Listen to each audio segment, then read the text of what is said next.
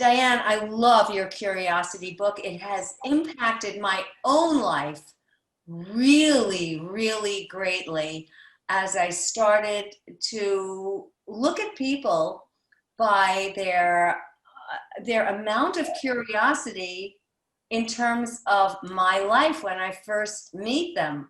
Are they curious about me or is it all about them? And I want to put this into context. Okay. I have a 3-part program that I talk about. It's EDM. And it's when you're communicating, and especially for those of us who are out there communicating on camera or in person, uh, the first thing we do, instead of saying, hi, my name is Dr. Gilda, and I am this, and I am this, and come to my URL, and that is so awful.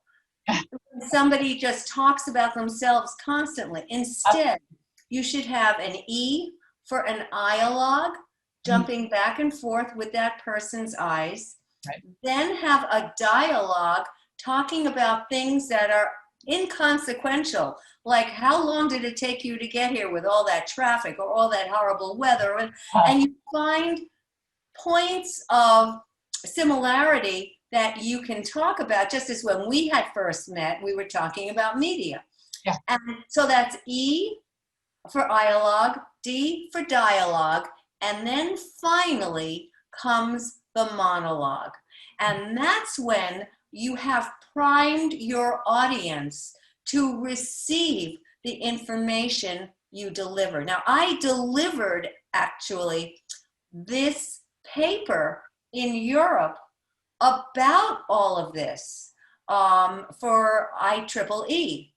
And it was a wonderful experience. Yeah. And I have since used the EDM technology for everything out there when it comes to interpersonal communication. So you start with a dialogue, continue with a dialogue, and when you have somebody really interested in you because you have done the E and the D, then you start on your monologue, and the recipient of the information will be that much more interested in understanding what you have to say. With you, it really does. It makes sense. Yeah. With you, with the curiosity book, I started to take that, and PhDs are so crazy this way. And I started to look at the impact of the curiosity factors and how people introduce their own curiosity. For example, if I met you at a cocktail party and I recognized you as the author of the Curiosity Code, well, do I start asking you, so tell me, what's I'm so curious. Now, if I ask in one way, it may come across as whiny woman. If I ask in another way, or if a man asked, it might come across in a different manner. And therefore, I always wanted to ask you, in reference to this book, what you say to people when they do come across with, well, I don't know, this kind of thing, which is just their natural kind of palaver. So what do you tell them, Diane? Well, I think that a lot of whining isn't necessarily correlated with curiosity.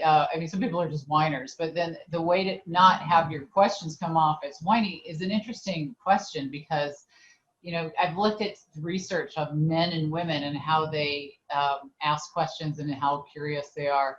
And as you look at, men don't have that sense of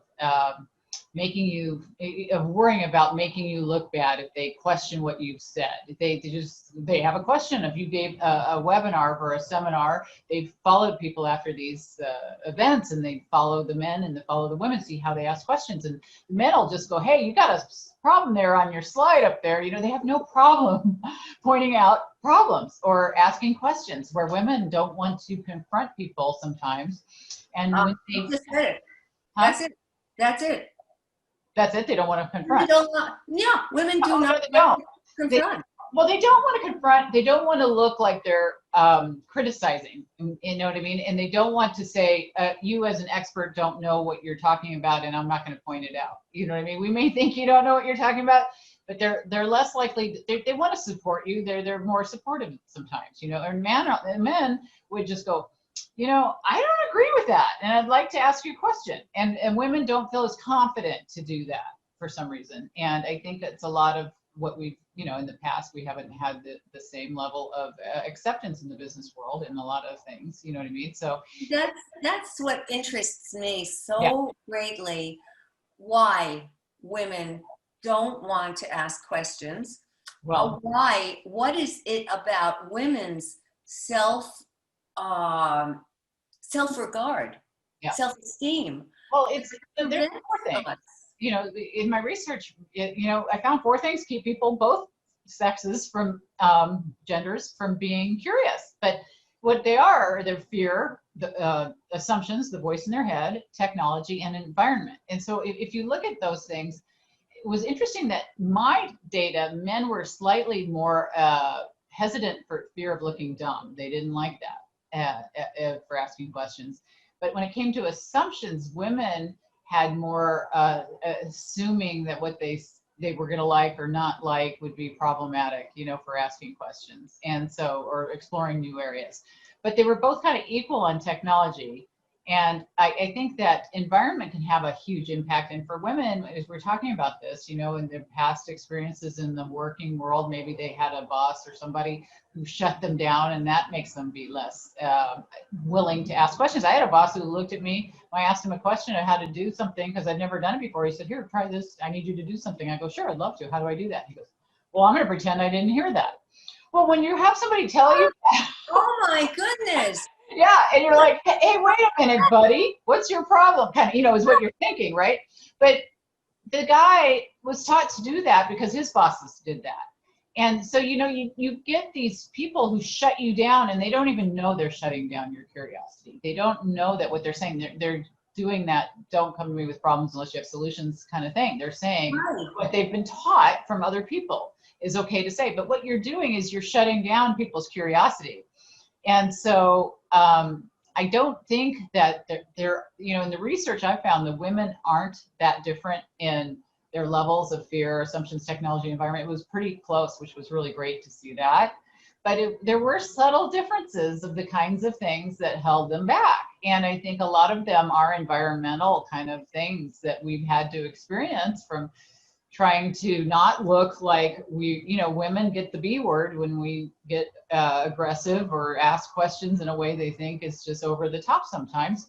And it's something that is changing dramatically. And it's so interesting to see how women's roles. I just watched, I don't know if you watch some of these, I've been on all these documentaries lately on Netflix. You know, you got to binge watch stuff these days. And they had a really cool one on the difference between men and women and how much they make financially, obviously, around the world. And they looked at some of these countries, and it wasn't so much men versus women, it was mothers versus men. Because the women who didn't have kids didn't have to take the time off to be home with the kids and do certain things, where the men had time to make all this extra money and get promotions and stuff while she's doing certain things.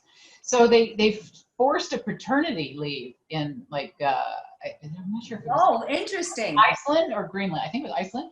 They forced them to take paternity time, and then that equalized the closer to equalized their pay gap, which was really a cool thing.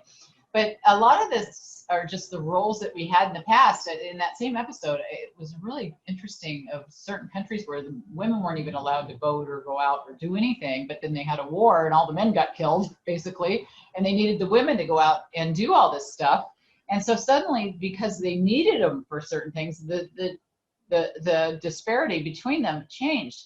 So I think as we go through time, I don't think that we're going to see the big differences of men and women and their question asking as much, because I'm seeing a lot of cultures in these companies were really embracing the question asking, because we got the Kodaks and the Blockbusters are going down the tubes and nobody wants to be that. And I think COVID's really added a lot to the what I talk to people about is developing curiosity and the question asking thing, because if you don't do that, nobody's prepared right now. Everybody had no foresight, no readiness for this kind of crisis readiness, you know? Well, you know, in terms of relationships, I always tell people who are just so in love and they just want to rush into commitments and living together and marriage and whatnot. I say, do not do a thing until you see each other in crisis, Yeah, yeah. because that changes It's a good time for it. every dimension. What was this? I said this is a good time for that. Well, this is a good time for that. And notice what is happening. A lot of marriages are on the brink. Yeah. A lot of people, celebrities, are saying, I can't take this anymore. I thought I loved this person, and now I just heard about another couple that we hear in the news all the time. And this is not unusual because everybody is so compacted. And you know, the studies with rats show that how much dysfunction occurs when you're in crowded environments. It's astounding. So now suddenly we have one roof and lots of people underneath that roof, and people don't know what to do and how to do it, certainly not with panache. Yeah. And as a result, they are clashing. And they're clashing so much that they're calling their divorce lawyers, they're calling me for relationship counseling, they're calling people on the outside, whereas all you have to do is look inside yourself and see this person as you've never seen the person before because you didn't take the time. And see, a lot of time now. well, this is it. Yeah. It's not unusual. I've been hearing so many stories about relationships that just kept chugging along, because during this time, everybody has their work, and that's great buffering between him and me. Lots and lots of work. And so you get together in the evening and you get to see each other in the morning and you say, adios, bye. And you don't see all the little niggling things that are happening with one another.